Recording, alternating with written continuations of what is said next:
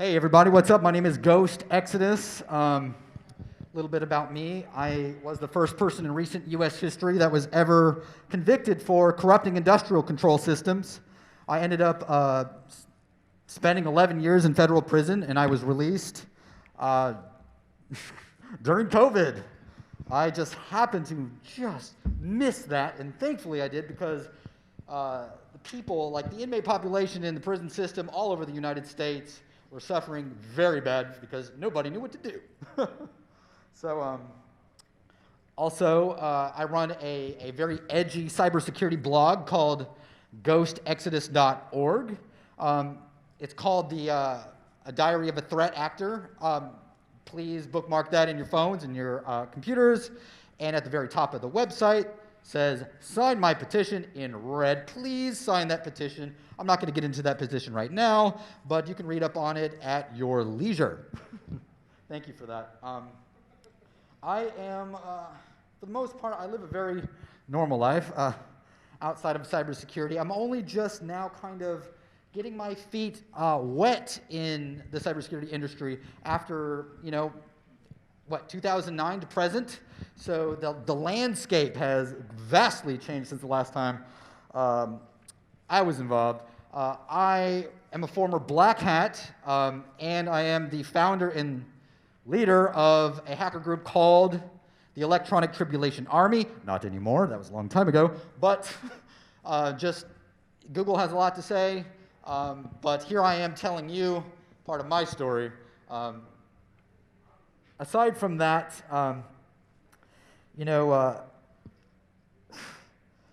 hacktivism back in the day, it was so different than it has become today. And I'm going to get into that a little bit more. One of the first things I wanted to say, just as a disclaimer, pursuant to the First Amendment, everything that I say is protected under free speech. I'm really doing this for myself because I'm always paranoid. And disclaimer, don't break the law. I look like everything that I do looks nefarious, like I'm digging in this bag, I'm in my pockets, I'm on my phone, I've got a flipper. Everything I do looks like I'm breaking the law. I actually have not committed a cybercrime since 2009. So even though I look the part, I dress the part, my aesthetic just screams anonymous. I am a member of Anonymous, but more of an influencer, and not so much of a doer. One of the things that I pursue personally nowadays is op-child safety. Op-child safety is where hacktivists, they get together to try to stop online, sexual predators. So that's something that I'm an advisor to a group called Winter Storm. I try to help them with their OSINT to be able to de-anonymize sexual predators nowadays. But it wasn't always the same. I mean, it wasn't always the case with me. Like I said, I was also an insider threat, which means that I used my place of employment so many years ago as my hunting ground to break into systems. Hacking network protocols over remote desktop was something that was very one of my favorite pastimes. I noticed there's been a lot of discussions in these groups here today about remote desktop, which is really interesting. It's something that I've always had an interest to. But anyways, my speaking topic is having a hacktivism ethos while mitigating unethical sabotage. What does that even mean? You might ask. Well, I will tell you. So check this out. Okay, so the problem with hacktivists and hacktivism today is that hacktivists can't really differentiate between the target goal, or the target of their ops or operations, over against innocent people who are pretty much chalked up as collateral in Anonymous's war on pretty much everything. This is scary because, for example, what I'm about to say is not express my point of view with the war with Russia and Ukraine, but Anonymous has officially, had declared war on Russia. And so what we ended up seeing was pretty much every packet slinger, script kiddie, pretty much any hacker who was a part of the collective joining in on that operation, trying to attack everything within a Russian IP net block, which means hospitals were targets, people like people like you and me were targets, universities were targets, schools, SCADA systems that control very, very, very important things. And when we tried to sit down and speak to some of these hackers and be like, okay, what does this university that is studying the Big Bang Theory with an international conglomerate, with all these nations, they're all trying to study this innocuous thing that just for the betterment of human knowledge and blah, blah, blah. What do they have anything to do with your war against the Kremlin? And it's silent. No one ever thinks about these things. We only see this is a Russian IP, so we're going to attack it. And then we're going to attack it in the name of Anonymous and in the name of our opposition against this regime. But no one ever takes the time to sit themselves down and ask, is it right for me to steal this civilians' money in the name of Russia? No one ever does it. And I can say that because I'm the one asking those questions. My group asks those questions. And what we're trying to do is shape a new generation of hacktivists to ask themselves that question so we could eliminate collateral damage, because collateral damage is absolutely unacceptable when, as hacktivists, we're trying to hold the moral high ground against some type of, oppression, some type of corruption. Our war is against corruption, so our objective is to leak against corruption, expose them, and try to hold those guilty parties accountable. But what ends up happening is hacktivists end up behaving exactly like those corrupt government regimes that we're fighting against, operating with absolute impunity, absolute power, without any form of checks and balances. So that's why I'm here today, because what we're trying to shape on the web, we want to impart that ideology with any upcoming hacktivists, any current hacktivists, because we want to end victimizing the very people who are being oppressed and victimized by said corporations, by said country, by said government, by said military. We want to eliminate acting as a mirror against the very people that we are fighting against. It has been very hard. Let me tell you.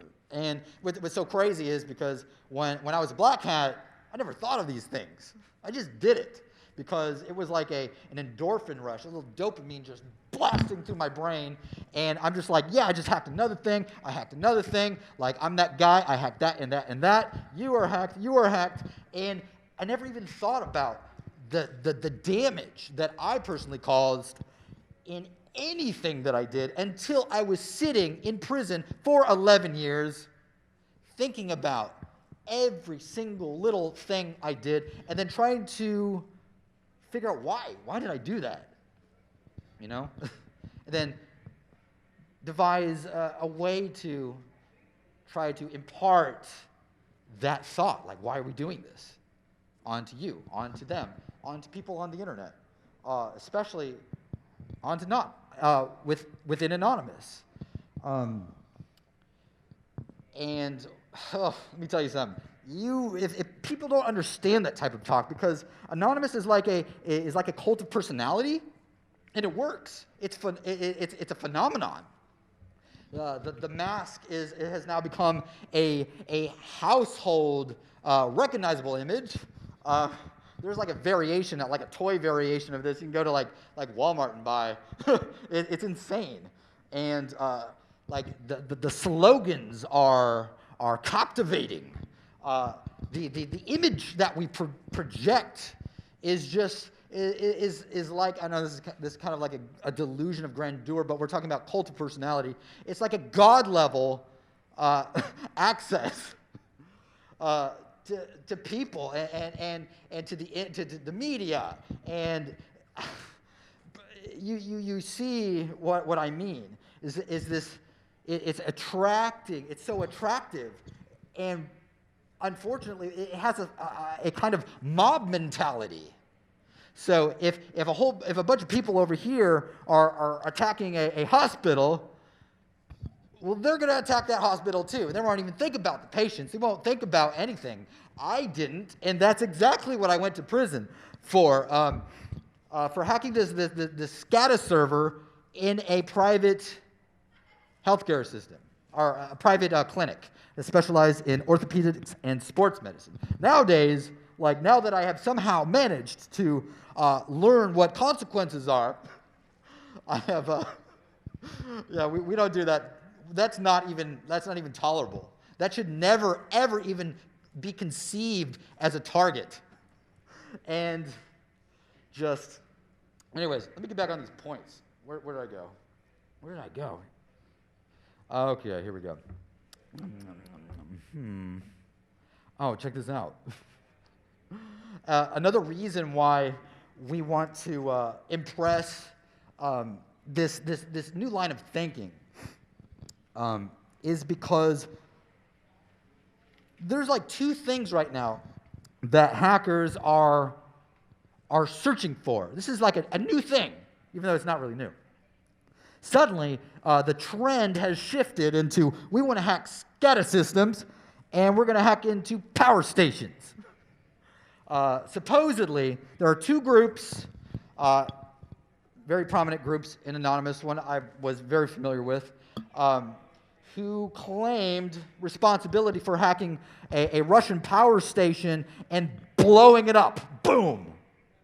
Now, before, I used to say, you know what? I'm tired of the way things are, the status quo in hacktivism. I want to see hacks that affect real life. Well, now that I've seen it, I don't want to see that ever again.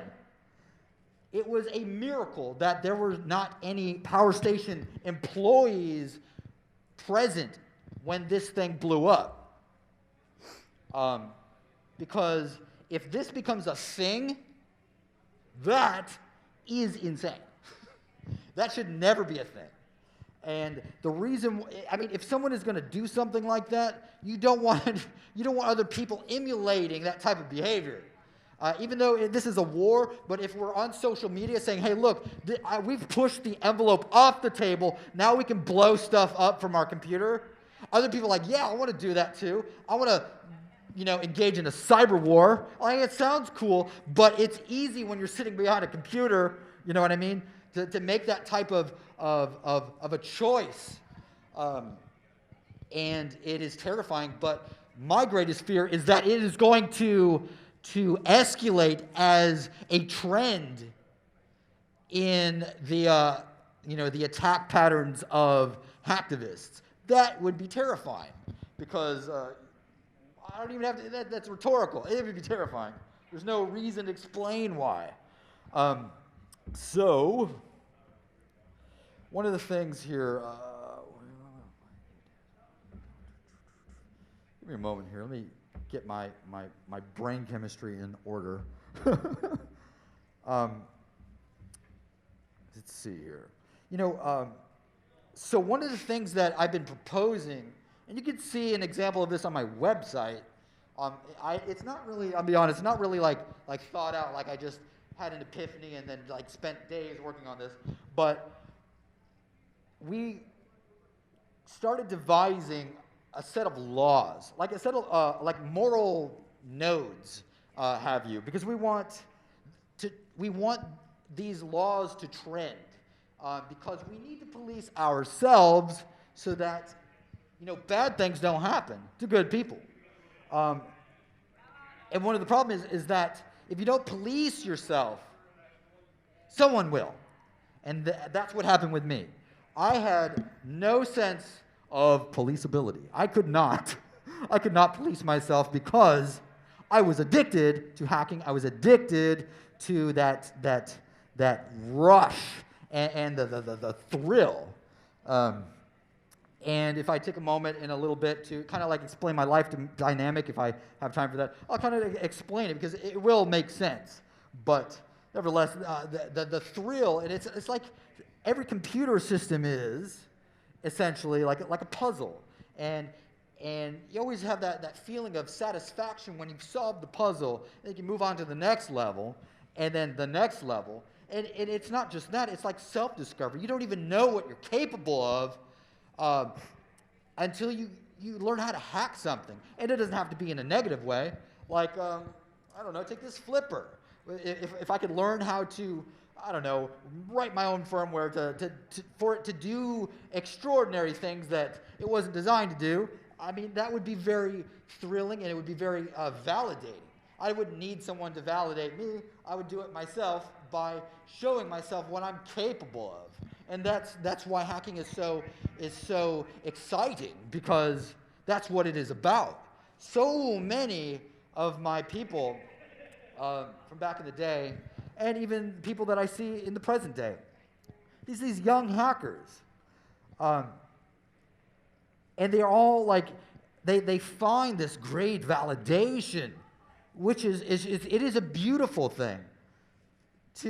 Because they find it in hacker groups and they're embraced as family, because hackers, we don't judge by the skin color of your skin, your sexual orientation, by your religion, or whether you're rich or poor, homeless, or were born with a silver spoon in your mouth and you're a trust fund baby. They don't care, as long as you're able to bring something to the table. They're embraced. And it's a kind of bond that is unlike anything with like family dynamic. A lot of them, they come from like these broken family dynamics, or they're just so intelligent that they can't connect with their peers at school. So what ends up happening is, once they find this identity, and that's what happened to me when I was 14. That's when I started to gravitate towards hacking, when I was 14 years old, because it's like the judgment, that the social stigma dissolves, and you're no longer identified as that person, that weirdo at school, like me with my fuzzy hair and wearing golf shoes and oversized khaki pants, like none of that mattered. So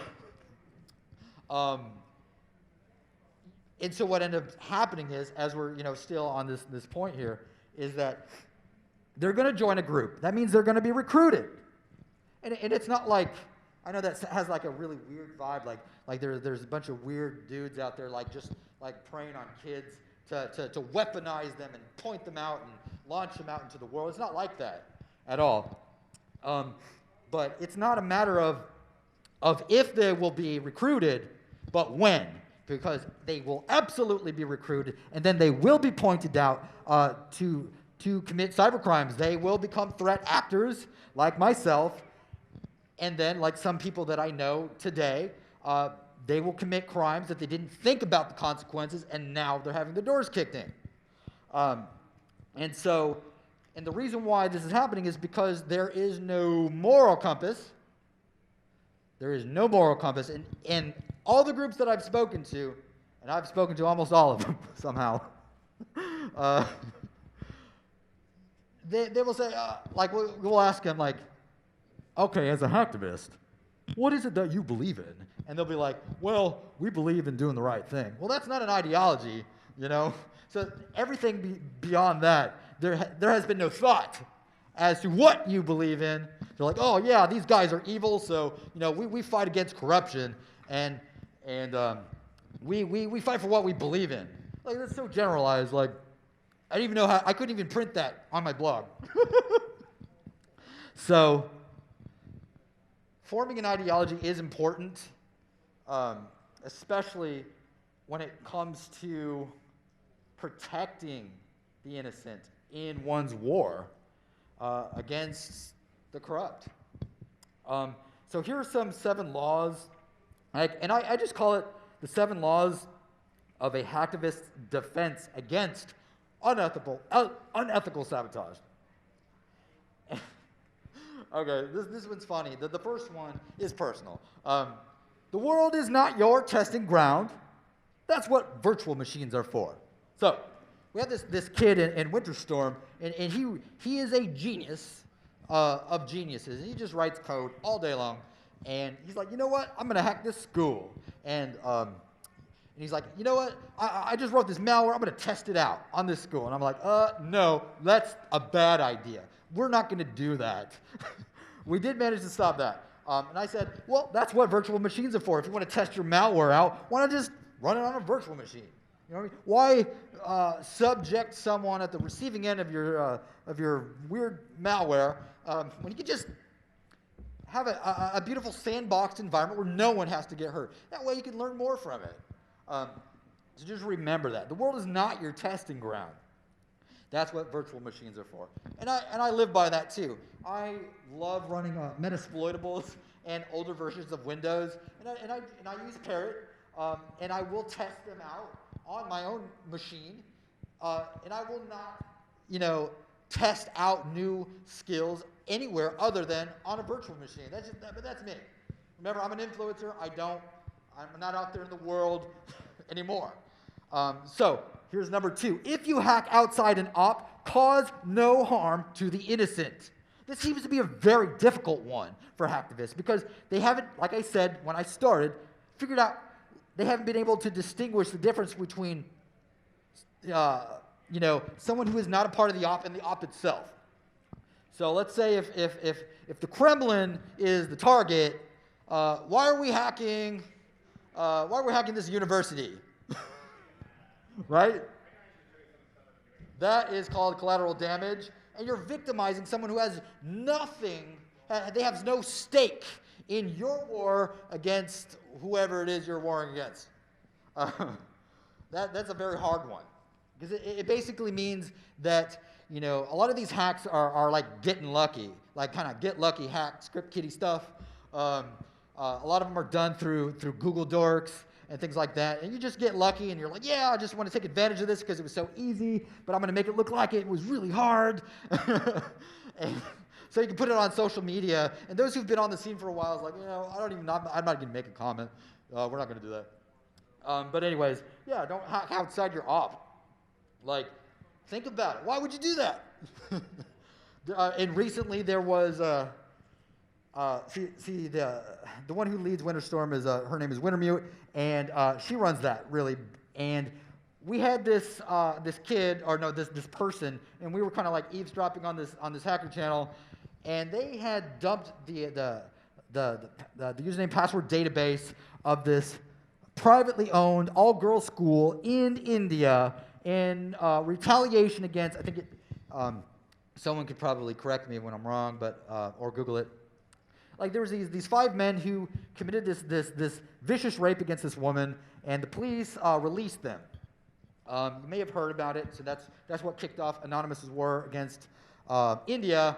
And Winter was like, hey, this is, well, I can't even say how she says it. It's so bad.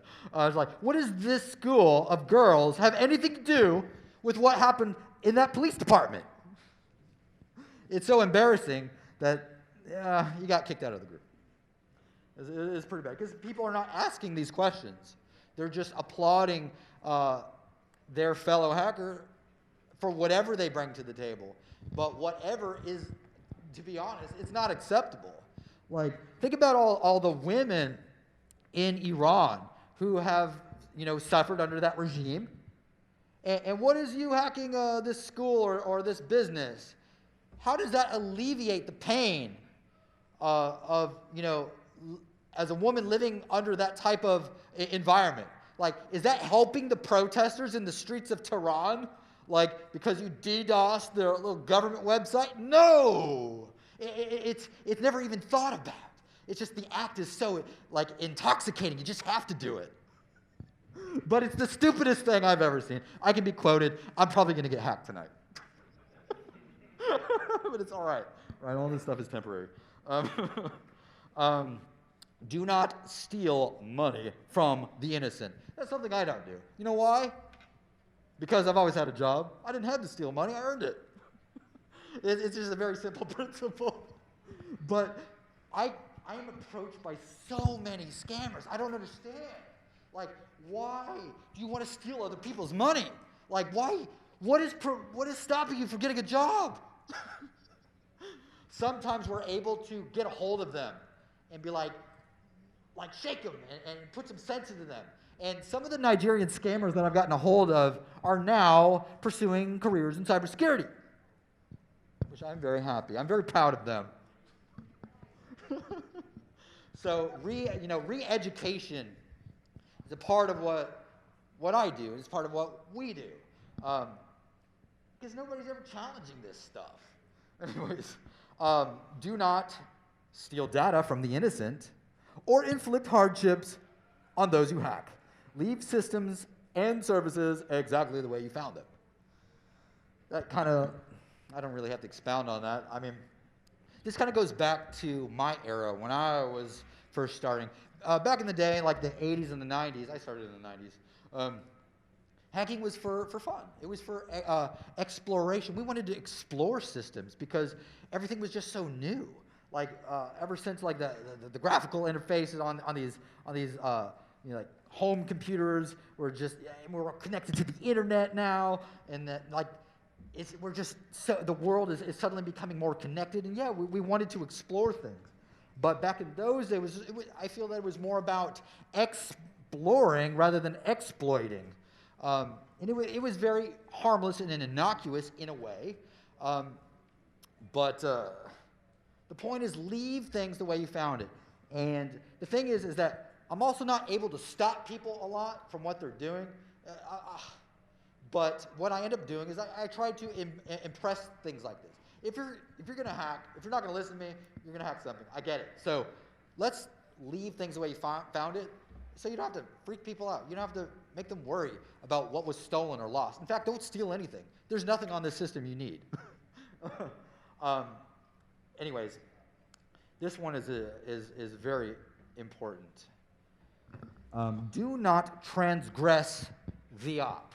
This speaks for itself. Do not transgress the op, the operation that we're working on. Just for simplicity, like op Iran or the goals of op Russia or whatever side you're on, like the goals of op Palestine.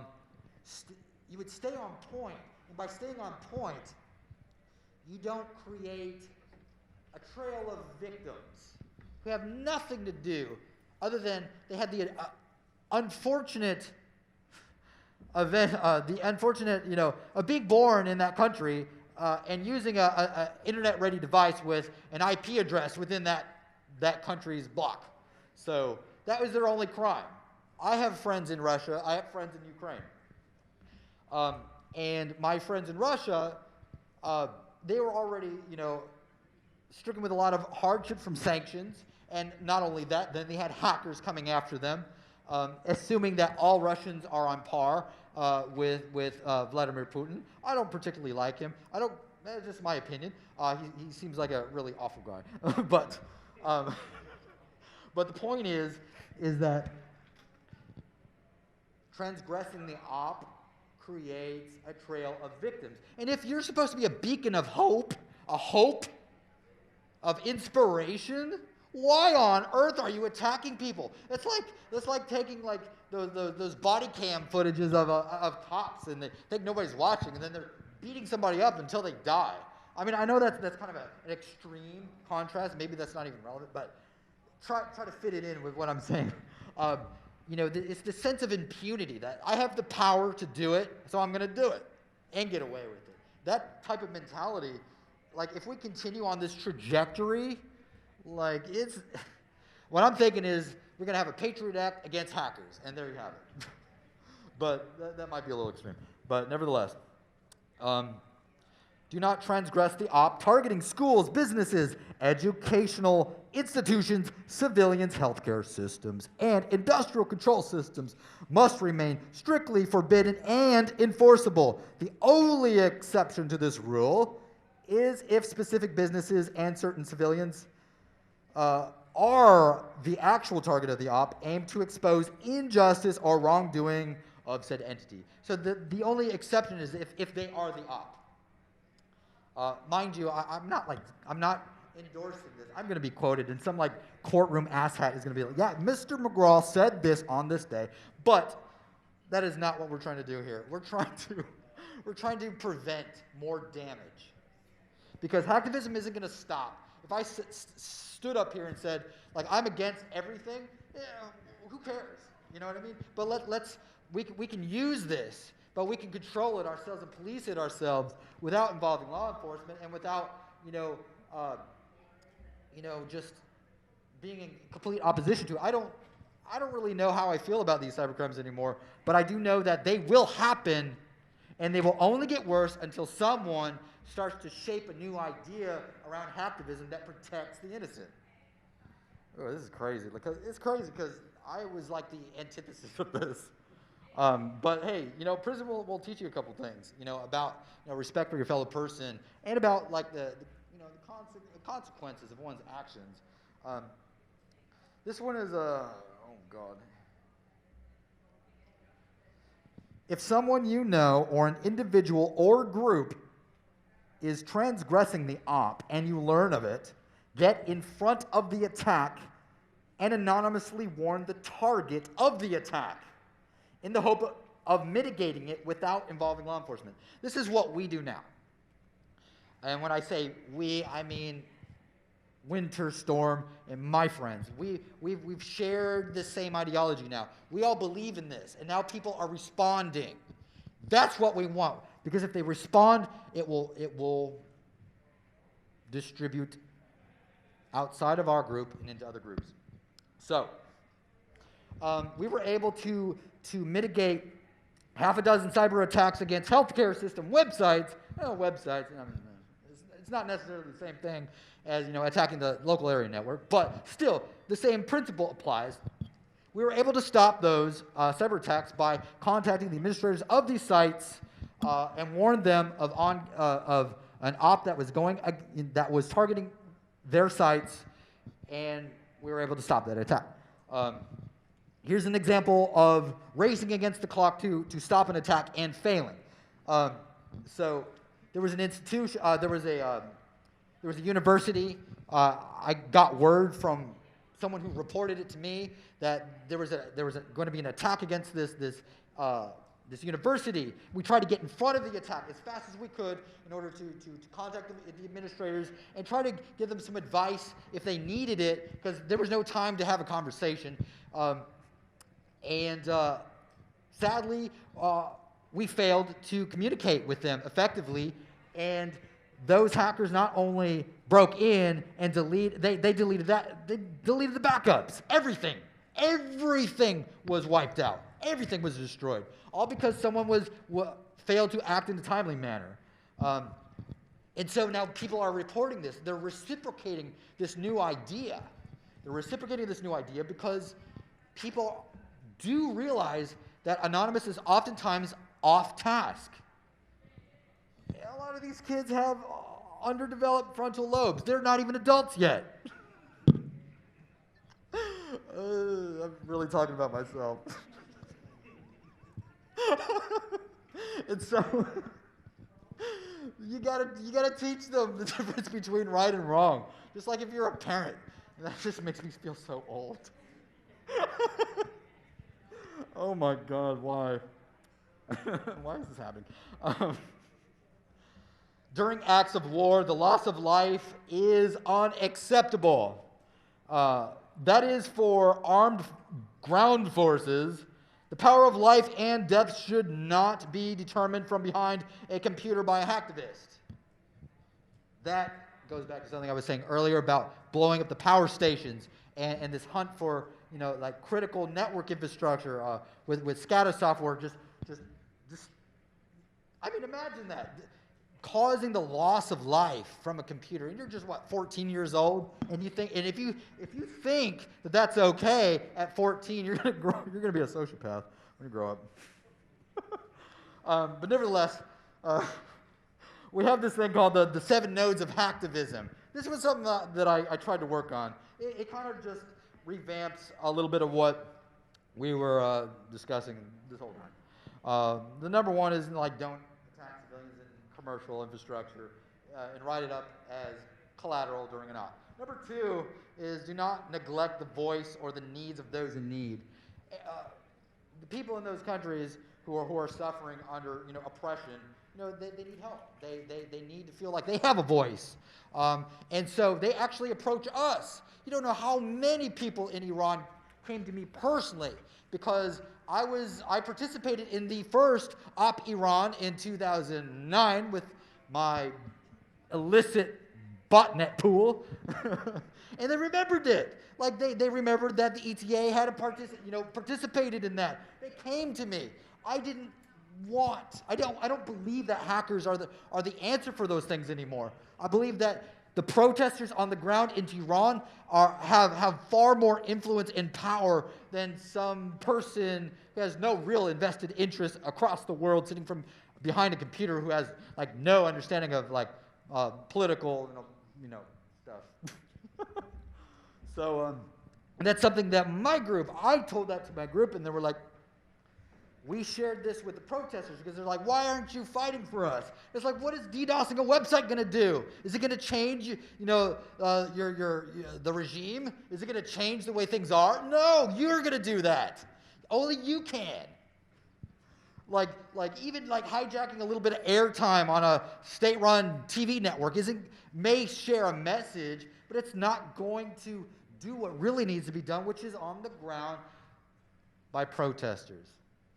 I know that I'm gonna be a target. I do already have a target on my back. Okay. But another thing is, do not take credit for the hacks of others. That is blasphemous. We should never do that. But that's something that happens a lot. This doesn't really have a lot to do with, like, mitigating unethical sabotage, but this is about hacktivism. You don't steal other people's hacks. That's stupid. Anyways, there's a lot of big-name groups that are at war with each other, and they do that to piss each other off, which is retarded. How could you do that? How could you do that? But anyways, do not compare your merits to that of another person or group. A problem that we face is ego and the need to share what we're doing and to try to out-hack other groups. And this has nothing to do with hacktivism anymore. This is more about, like, who's better. And who cares? We're all fighting for the same cause. Who has to be better than the other? But this is an age-old thing. It's not, like, exclusive to hacking. In every industry in the world that we live in, at work, even at my job, I used to be that guy. I was like, you know what? I'm the guy who masters all the systems, and now I know everything until somebody else comes along and masters it better than I do. Well, I take a step back because it doesn't matter anymore. Do not pass judgment on anyone other than the target of your operation. Hackers can be very judgmental. I don't know why. They're not necessarily judgmental to each other, per se. Depends if they're in warring factions, which is also ridiculous. But the point is that there are a lot of people who bring a lot of different personalities who don't know, like as hacktivists, like, we have to dissolve some of this ego because we're trying to be a light. We're trying to be a light to people. We want people to believe in us. We want to be able to help everyone's cause, and we can't do that if we're fighting. If we have intergroup fightings and who's better and who can sling packets better than the other, which is also really dumb. It's like, oh yeah, I got this really cool script on GitHub. It's super autonomous. And it just, I've seen people fighting over. Anyways, it's so dumb. We want there to be, like, a conscious elevation That's what this is about. We want to be better. We should want to be better. We should want to be better. Another thing is, don't judge anyone. This goes back to judgment, because we have to mention this again. Regardless of ethnicity, which we do see, we see a lot of judgment against ethnicity, religion, creed, sexual orientation, or political alignment. Like, we have to elevate, evolve, and it's just, we want to be the light that people believe in. But what happens is when they really, really see us, when they take their blinders off, they see that we're just like everyone else, just trying to figure things out. But the only difference is that somehow we've taught ourselves or convinced ourselves that we have like godlike powers, which is not true, and that the world should bow to our cause, and we will force them to bow if they don't. That type of mentality, it's just so sociopathic. And it's scary because that's how I was.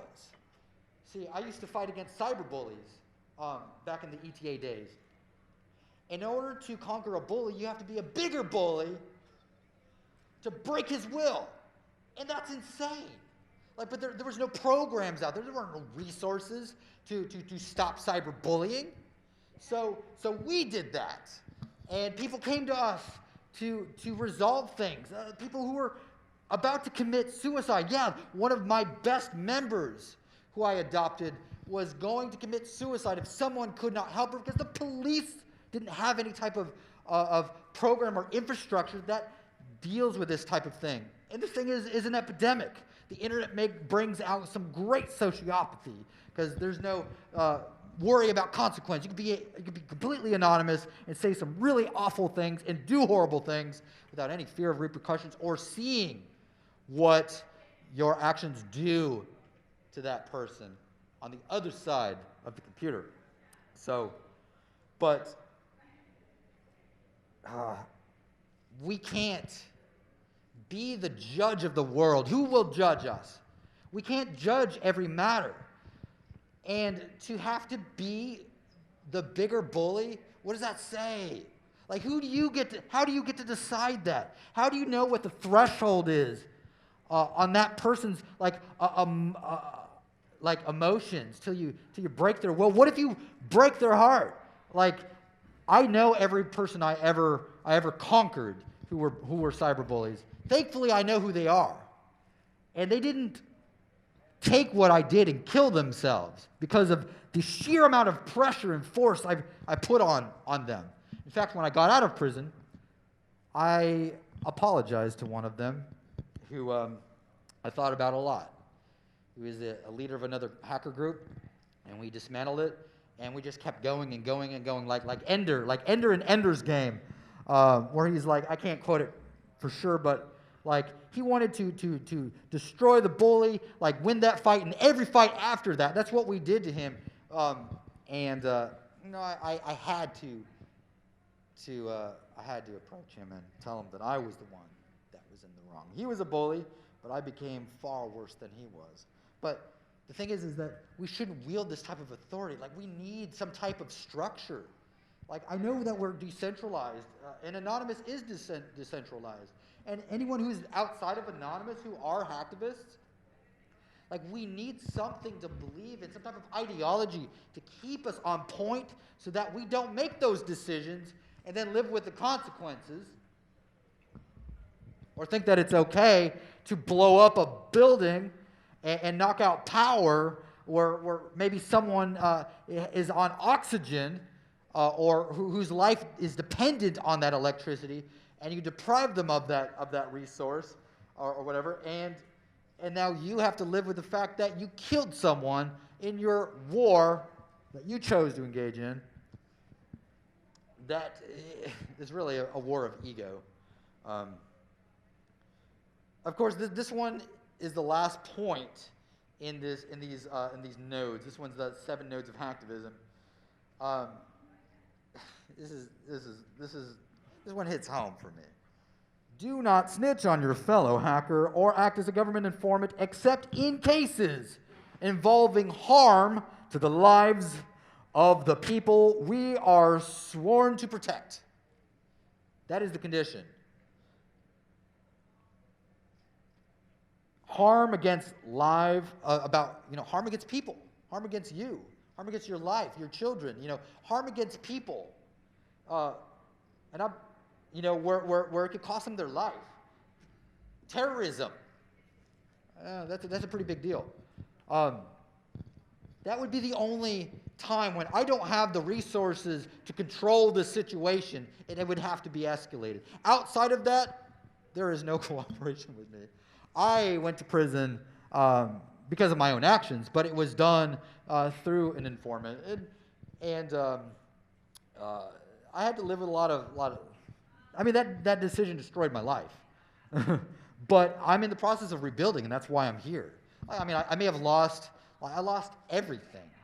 I spent 11 years alone. Over a year of that, I spent in solitary confinement in temperatures up to 125 degrees. It was the hottest summer in Texas, and there was only one other place in America or whatever. The hottest place in the world, I think it was Death Valley or something like that. It's very hot. 125 degrees the whole summer, trapped without AC, fan, or ventilation in black mold in an 8x12 cell, and you can't bathe, you can't get cool, you're constantly, day and night, tortured from the fire of the environment. I would not wish that on my worst enemy. That's why I advocate for policing ourselves so that doesn't happen. That's the reason why I am like this, because I don't want anyone to go through the prison system as a hacker, because we have no place in there. We're nothing like conventional criminals. Some people are. But it was not easy. I can't be a hacker in here. But the thing is that, the computer doesn't make me. The computer doesn't make me a hacker. It's the way you think. It's the way you see the world and solve the puzzles. That's what it is about. Having a computer doesn't authenticate one as a hacker. It's just it's the way one thinks, and it doesn't even have to do anything to do with computers. But that's the reason why I'm here, is because we want to try to train this new generation to contemplate their actions. That's it. That's all this is about. We want people to contemplate their actions so that they'll make better choices. We want them to contemplate their attacks, because we want to stop all the victims that are being caused. They're not even thinking about it. I can't even begin to tell you some of the things I've seen and the justification behind it. It's this cult of personality. You just do it. And then, because if you do it, your peers are going to love you for it. But that's insane. I think that as you leave here today, what I want you to do is be sure to carry this mindset about mitigating unethical sabotage by getting in front of attacks. For some of you who are in the offensive part of the industry, get in front of these attacks. And not only just warn them with a little innocuous email, but help these companies prepare for what is coming, because they're going to be sabotaged. They're going to lose data. They could lose everything, and it all depends on whether or not you act. This is a part of hacktivism. We just didn't realize it, that protecting the innocent is what we do. And exposing the corrupt is at the forefront of our ops. That's what this is about. It is not about this guy is just he's just so ethical. He's talking about ethics. No, it's about consequences. Think about that university.